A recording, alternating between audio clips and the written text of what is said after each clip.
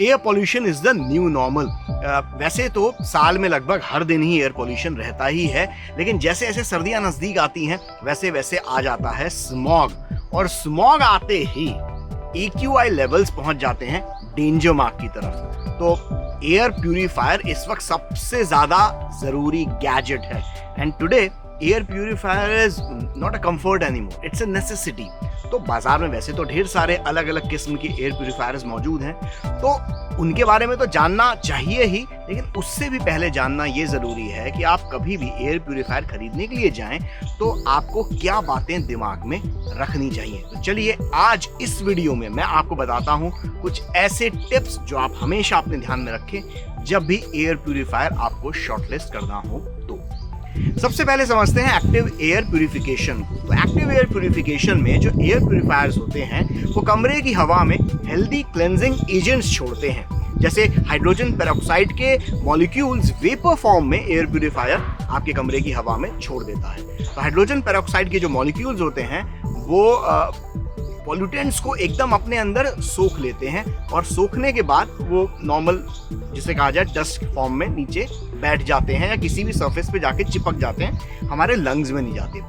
ये तो होता है एक्टिव एयर प्यूरिफिकेशन। दूसरी जो टेक्नोलॉजी जो एयर प्यूरिफायर इस्तेमाल करते हैं वो होता है पैसिव एयर प्यूरिफिकेशन। अब पैसिव एयर प्यूरिफिकेशन में ये होता है कि आपने एयर प्यूरिफायर की जो डिजाइन देखी है उसमें बीच में एक हॉलो स्पेस होता है, तो उसमें उसके चारों ओर लगे होते हैं फिल्टर्स।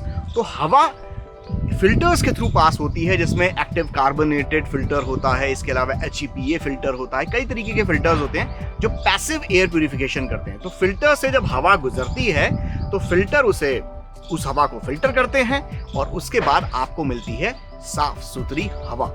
जैसे अगर आपका कमरा 300 स्क्वायर फीट का है तो ऐसे में कोई भी छोटे साइज का एयर प्यूरिफायर जो काफी सस्ते आ जाते हैं आपको वो खरीद लेना चाहिए।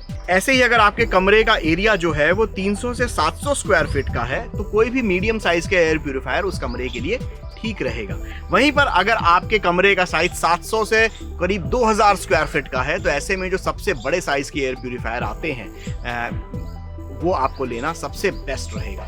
इसके साथ ही एक बात और ध्यान में रखें कि आपका जो एयर प्यूरिफायर हो वो नॉइज लेवल कितना करता है, इसकी जानकारी हमेशा एयर प्यूरिफायर के डब्बे के ऊपर मेंशन्ड होती है। तो वो जरूर ध्यान में रखें कि कितने डेसिबल्स ये आवाज जनरेट करता है जब ये फंक्शन कर रहा होता है। कहीं ऐसा ना हो कि आपका एयर प्यूरिफायर एयर पॉल्यूशन से लड़ने के लिए आप एयर प्यूरिफायर लेकर आए और एयर प्यूरिफायर ने एयर पॉल्यूशन तो कम कर दिया लेकिन नॉइस पॉल्यूशन बढ़ा दिया। And last but not the least कि जब भी एयर प्यूरिफायर खरीदने जाएं तो फिल्टर की कॉस्ट और उसके रिप्लेसमेंट हो सकता है या नहीं हो सकता है वो जरूर पता कर दें, क्योंकि नॉर्मली जो एयर प्यूरिफायर होते हैं उनका जो फिल्टर चेंज का नॉर्मल साइकिल होती है it's somewhere between 8 months to 1.5 years। तो 8 महीने से 1.5 साल के बीच में एयर प्यूरिफायर के फिल्टर चेंज करने का हिसाब किताब रहता है। लेकिन कुछ एयर फिल्टर्स बहुत महंगे आते हैं, कुछ एयर फिल्टर्स सस्ते आते हैं। तो आपका एयर प्यूरिफायर किस तरीके के फिल्टर्स इस्तेमाल कर रहा है, उनकी कॉस्ट क्या है, ये जरूर ध्यान में दें। कहीं ऐसा ना हो कि फिल्टर की कॉस्ट में नया एयर प्यूरिफायर आ जाए तो फिर कोई मतलब नहीं होगा। तो इसलिए कॉस्ट फिल्टर की जानना और उसके रिप्लेसमेंट हो सकता है या नहीं ये पता करना बहुत ज्यादा जरूरी है। तो इस वीडियो को अपने सभी फ्रेंड्स फैमिलीज के साथ शेयर कीजिए और चैनल को सब्सक्राइब जरूर कीजिए। मिलते हैं अगले वीडियो में, तब तक के लिए।